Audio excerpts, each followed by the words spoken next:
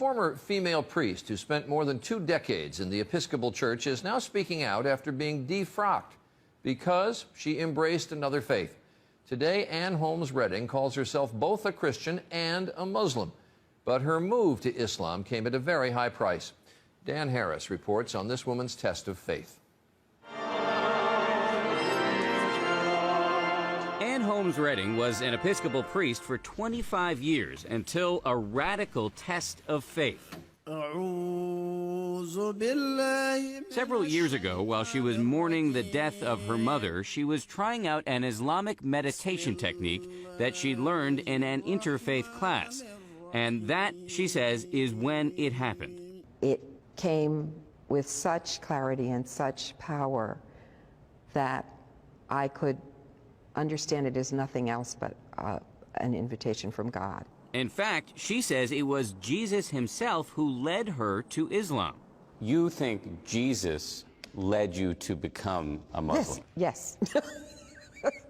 Yes. You're laughing. Because I know it doesn't make sense to people. Now, Redding not only prays in church, but she also prays 5 times a day to Allah.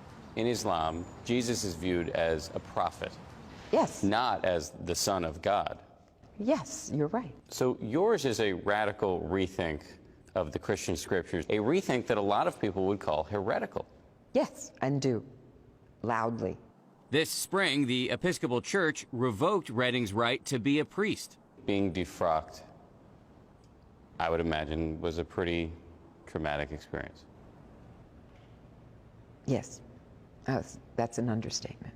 To imagine not being involved intimately in the lives of believing people, helping them understand their relationship and calling, baptizing babies.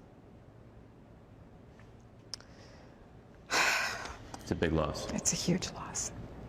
Redding admits she still struggles to explain her transformation even to herself. I am the one who's going to have to answer for this. I'm the one who's going to have to answer for what I've done with my life. And do you feel confident about that moment?